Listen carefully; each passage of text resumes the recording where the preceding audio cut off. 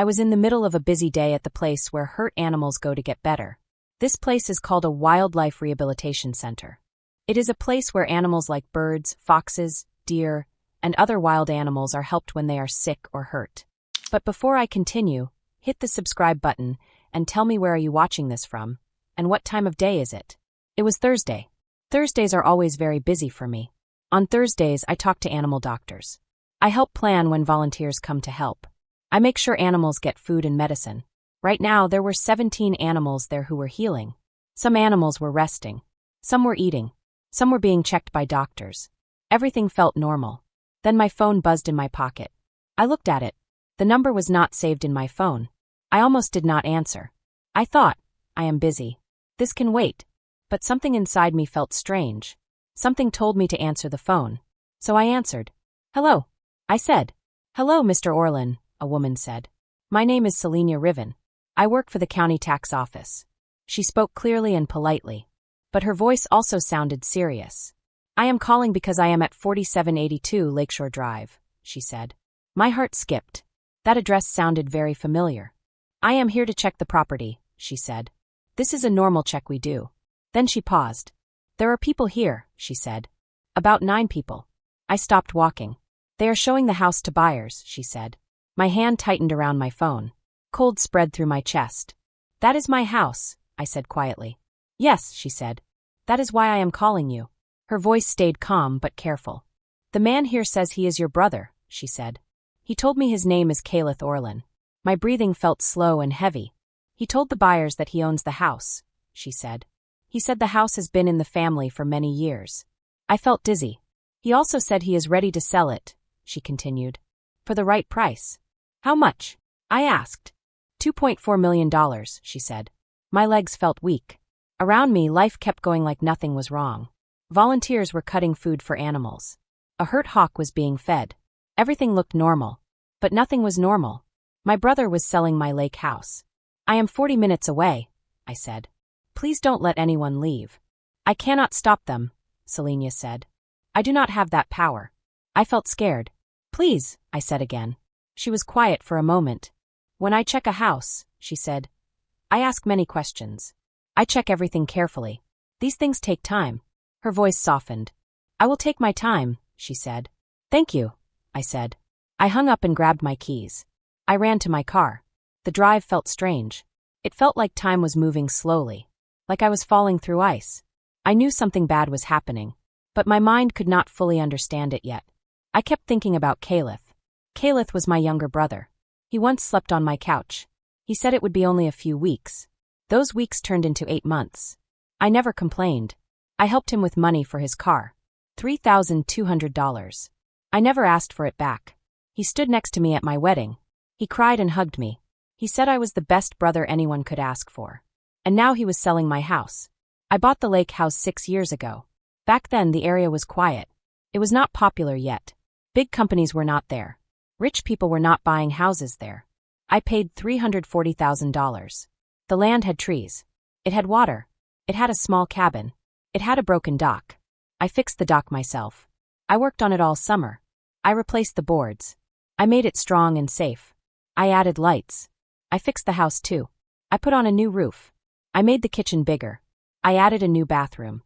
I added a generator so the lights would stay on if power went out. I planted plants by the water to protect the land. I followed rules to help nature. I did everything the right way. Now the house was worth a lot of money, and my brother was trying to sell it. When I reached the driveway, I saw a fancy car. People were standing on my deck. They were laughing. They were holding glasses with bubbly drinks. It felt wrong. Selenia met me outside. She wore sensible shoes. She held a clipboard. 9 people, she whispered. Your brother. Your parents. Your sister Amaris. Her husband Thorin. She pointed. There are 4 buyers, she said. And a real estate agent and a lawyer. She looked serious. They have been drinking, she said. My father is showing the dock, she added. He is telling stories about family memories here. That never happened, I said. They came here only twice. She wrote on her paper. I asked for the ownership papers, she said. Your brother said they were being finished. The buyers are starting to feel something is wrong, she said. We walked toward the house. I heard my mother's voice. She sounded happy. The sunsets are so beautiful, she said. We spent so many special times here. My heart hurt. We never did. I stepped onto the deck. Caleb saw me. His face changed fast. First he looked confused. Then scared. Then he tried to smile. Hey brother, he said. What are you doing here? We were just showing my house, he said. My house, I said calmly. I said hello to my parents. I said hello to Amaris and Thorin. I looked at the buyers. They looked worried. The lawyer frowned. My mother smiled too much. We wanted to surprise you, she said. You have been busy with your animal project. My wildlife center is not a project, I said. It helps many animals. It is my job. And I am not selling my house, I said. The deck went quiet. The air felt heavy. The lawyer spoke carefully. I need to ask, he said. Who owns this property? I do, I said. My name is Zavander Orlin. I bought it, I said. It is mine. Selenia stepped forward. She spoke clearly and firmly. Zavander Orlin is the only owner, she said. All records show that. No debts, she said. No selling papers. People slowly put down their glasses. Caleb tried to speak. He could not. I never said I wanted to sell, I said. This is my home. The buyers looked upset. They left quickly. Their car drove away fast. Dust filled the air. My father spoke next. Let's not make this a big problem, he said. It was just a misunderstanding. You tried to sell my house, I said. I looked at everyone. Who knew about this? I asked. No one answered. How long? I asked again. For months, Amaris said quietly. My stomach felt sick. They had planned this. They watched me. They asked questions. They waited. Did you make fake papers? I asked Caleb. He stayed silent. Selenia kept writing. This must be reported, she said. This could be a crime. My mother tried to stop her. This is family, she said. When family breaks the law, Selenia said, it becomes a legal matter. I had always been the nice one. I paid for dinners. I helped when people needed money. I never complained. Now I called my lawyer. My father said, you are overreacting. You tried to steal my house, I said. For $2.4 million. And you did it while drinking champagne. My lawyer, Aloan Vale, answered the phone on the second ring. I put the phone on speaker. I spoke slowly and calmly, trying not to panic because I knew this was serious. I told her everything. I told her about the house showing. I told her about the buyers who were coming to look at the house. I told her about the 4 months of secret planning Caleb had done. I told her about the fake papers he had made, the papers that said he owned the house. I told her what Selenia Riven had seen and remembered. I explained it all in plain words, just like a story of facts, without anger or yelling. Don't let them leave, Aloan said immediately. Her voice was calm, but strong. I'm calling the sheriff's office right now. Zavander, stay calm. Do not argue with them. Do not try to fight or get into trouble. This is a crime. She explained that stealing a house like this is a serious crime in Washington state. She said it was called real estate fraud, and that it is a felony. A felony is a very serious crime. She told me that Caleb could go to jail for many years if he was found guilty. Amaris started crying. Not quiet, soft crying. No. It was loud crying, gasping and sobbing like someone who is very scared or sad. We're family, she cried. You'd really do this? Over a house? I answered calmly, because I wanted her to hear the truth. Over a $2.4 million house that you tried to steal with fake papers? Yes, Amaris, I said. I really would. Caleb finally spoke.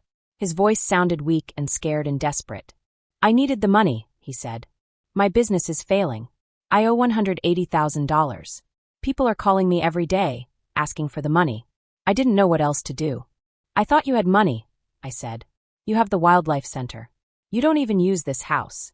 So you decided to steal it, I said. I was going to borrow against it, he said. We were going to sell it some other way, he added. He sat down hard in a deck chair and buried his head in his hands. I'm drowning, Mike, he said. I didn't know what else to do. I thought I might feel sad for him. I thought I might feel guilty for calling the police. But I didn't. Instead, I felt something else. I felt calm. Clear. Cold, clean clarity, like when the air is winter cold and fresh. You had 180,000 other choices, I said. You could have asked me for help. You could have asked for a loan. You could have told the truth. Instead, you made fake papers and tried to sell my home while I was at work. You tried to steal from me. You tried to take my house. And you tried to lie about it to everyone. 12 minutes later, we heard the sheriff's car coming down the driveway. Deputy Carson stepped out of the car. He looked serious and professional. He was maybe in his mid-30s, with short hair and a calm, strong face. Aloan had already explained everything to him. He came over and talked to everyone. First, he talked to Selenia Riven. She showed him her papers. She explained everything she had seen and remembered. She showed the timeline of events and the facts about the house showing. Then he talked to Caliph. Caliph admitted everything. He said he made fake papers. He said he pretended to own the house. He said he scheduled the showing with the buyers, knowing he wasn't the real owner. He said he planned to complete the sale. Deputy Carson looked at him with a serious face. "I am placing you under arrest for trying to steal property and pretending to be someone else," he said. The handcuffs clicked on Calipha's wrists. The sound was loud, like a door slamming shut. Mom screamed. Her face turned red.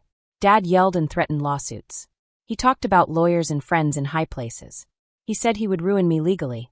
Amaris and Thorin tried to leave quietly. I stopped them. "You knew," I said to Amaris. "For months. You knew about this plan.